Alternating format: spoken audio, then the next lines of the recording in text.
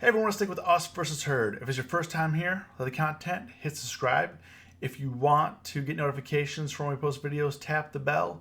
If you haven't yet subscribed to our options trading live channel, I go live Monday through Friday, 30 minutes before market open. Link is below in the description. And if you want to join the UVH fam, our community, link is below in the description to our Discord and our options trading group on Facebook.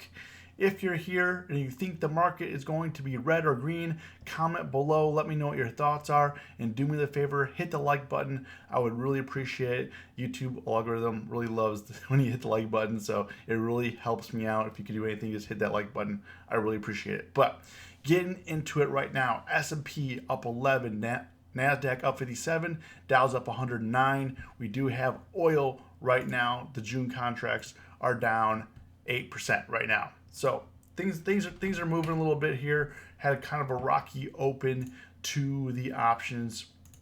I'm sorry, to the S&P, to the futures, pretty much to any of the futures. They're pretty wide swing now. It's at the top of the range right now. We'll see what happens. Before we get into the week ahead, I wanted to cover SPY first and kind of where I think that it's going.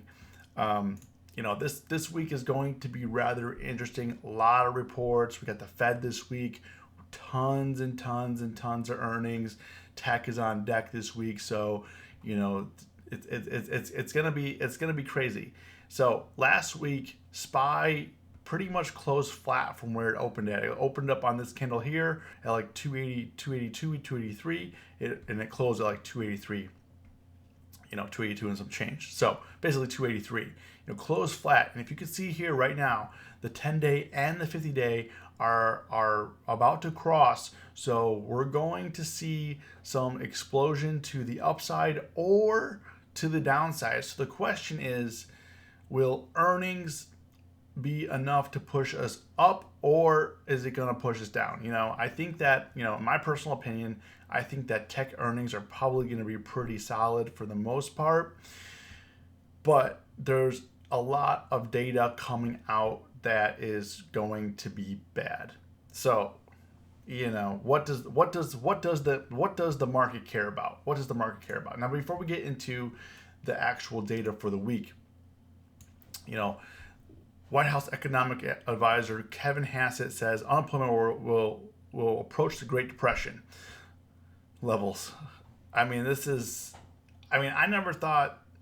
thought in my lifetime we would potentially get another bad recession or something like that. But we're about to encounter the biggest economic blow since the Great Depression, and I feel that it's not priced in. Now, before you go all like, oh, I just want to short the market, I want to do this, I want to do that, and just want to short everything. And, just because the news is bad doesn't mean the market is reacting to that. Eventually the market will react. Eventually the market will start understanding what this is. But right now the market is extremely optimistic. There are some states, let me see if we come up to here. There are some states reopening to this upcoming week: Georgia, Texas, Oklahoma, Nevada, Tennessee, Alaska. However, states like mine, Illinois, New York, we actually extended it till the end of May now. So our shelter in place, they call it shelter in place, they don't call it lockdown. But basically we're stuck. Non-essential businesses are closed until the end of May in Illinois. Now, you might be in one of those states that you reopen, but the big states, New York, California, Illinois, big states that contribute to the economic success of America, are going to be closed. Are going to be closed. So we'll see what happens. But right now in Illinois, we're expected to be May, and I'm telling you right now, business owners, even with the loans going out, business owners are getting hurt. Sure, they can cover payroll, but they're not making any money. No one's making any money. So, this is gonna be really interesting how it unravels. Like, I don't know how it's gonna play out, but it's gonna be interesting. Now, if you guys are wondering where I get this impact report, link is below in the description to get yours. Hit the link below in the description. Or hit me up with a message if you're wondering where to get this, because I usually get comments about this. Anyways, this week ahead, we're going to have, on Tuesday, we have some reports. We got housing vacancies, advanced trading goods. Wednesday is a big day. We're going to have GDP. Right now, it's expecting to plunge 4%, down 4%, when we were supposed to be positive 2.1%. We're going to be expected to be down 2.1%. Down 4%. Pending home sales index set to plummet 10% from being positive 2.4% again.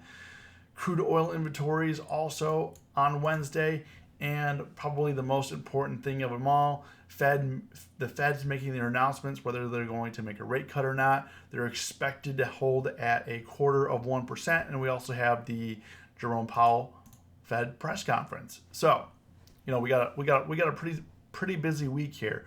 Along with, obviously, every Thursday we have the weekly jobless claims. This Thursday we also have personal income, Chicago PMI, consumer spending. It's gonna be wild. It is going to be wild this week. It's gonna be wild. Also, motor vehicle sales on Friday, construction spending on Friday as well. But let's get into some of the earnings right now. So going through some of the earnings, obviously we're gonna have big ones: Caterpillar, Alphabet, aka Google, AMD, Starbucks, UPS. It's gonna be a lot. And the one thing that I will say about earnings, I'm probably gonna be trading, mostly selling premium through this, but you want to be careful that you're getting some premium crush. Some of the options I was trading last week on earnings, like Intel, I didn't get the premium crush that I wanted. Yes, I didn't lose money, but I didn't get the premium crush that I was looking for. So in this volatility right now, VIX, if we're looking at VIX, it's still, what did it close at? 35. I mean, it's still extremely high if you're looking at the VIX. It fell like a rock on Friday, but I mean, we're still extremely high, and we're holding like this 35 area.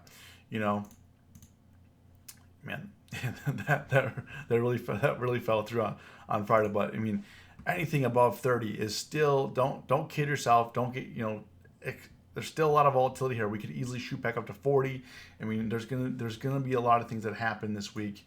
We also have Apple earnings, Amazon, Visa, McDonald's, American Airlines, Exxon. I mean, Tesla, Facebook. I mean, you name it. You're gonna really want to concentrate on this week and focus on the earnings plays that you're going to be doing, because I mean, we're going to have a lot of earnings. We're going to have a lot of data coming out. So the question is, who's going to win? What's going to win? But we do know right now on SPY, the range is extremely tight. And I just really wanted to concentrate on this video, because I think that if you're looking here, I mean, we've pretty much been consolidating, kind of pinging back and forth. Eventually, what's going to happen, I think this is the week that we're either going to skyrocket or we're going to break this range. I think we're going to break this range this week. So we need to be very careful. Like, I'm not going to be deploying all my capital or anything crazy like that.